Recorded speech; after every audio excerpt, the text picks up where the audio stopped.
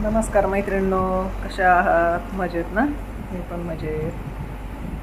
तर आजी ती ब्लॉगमध्ये मी मीनाक्षी तुमचं स्वागत करते. तर हे पहा, आज आपल्याकडं आलं ट्रॅक्टर.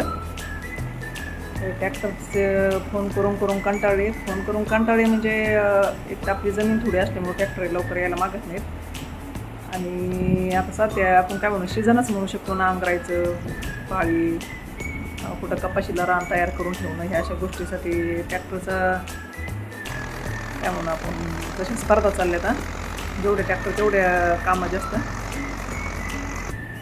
तर अशा पद्धतीने आला आपल्याकडे ट्रॅक्टर. आणि हे निसर्गाने किती म्हणजे सगळ्यांची सोय केली. हे बगळे तुम्हाला दिसत असतील. तर अंगर आलाय आणि बगळ्याने तसं कधी झालंच नाही, होतच नसेल मला असं वाटतं. मी जिथपर्यंत जेवढं पाहते तेवढं कायम ते बगळे आलेले दिसतात. हवा चाललेली मैत्रिणीनं जास्त. तर हा बगळा उंच मान, एवढे उंच उंच आणि अशक्तचे असंच म्हणावं लागेल. तुम्हाला दिसत असेल कसं फरगडतोय जोरात हवा चालली तर असं हव्यात बरोबर असं झपके मारतोय. तर ना पक्षी पाहायला किती छान वाटते जवळून. त्याच्या जवळ गेलं तरी उठत नाही. तर मी आता पाहत असताना ट्रॅक्टर त्याच्या एकदम जवळून जातं. आणि ट्रॅक्टरचं एक काय म्हणू आपण,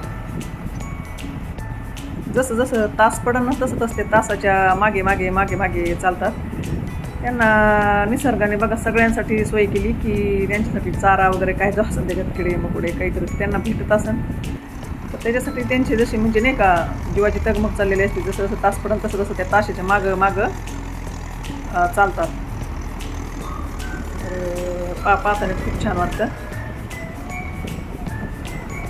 तर पोटासाठी सगळ्यांचीच धडपड असते. अशा पद्धतीने आला आपल्याकडे ट्रॅक्टर. आता गावामध्ये अजून इथं कांद्याचे जे वावर होतं, जे शेवगा लावला ते आपलं फरटायचं बाकी आहे. तर मैत्रिणींनो, लाईक कमेंट करा. भेटू पुढच्या ब्लॉगमध्ये.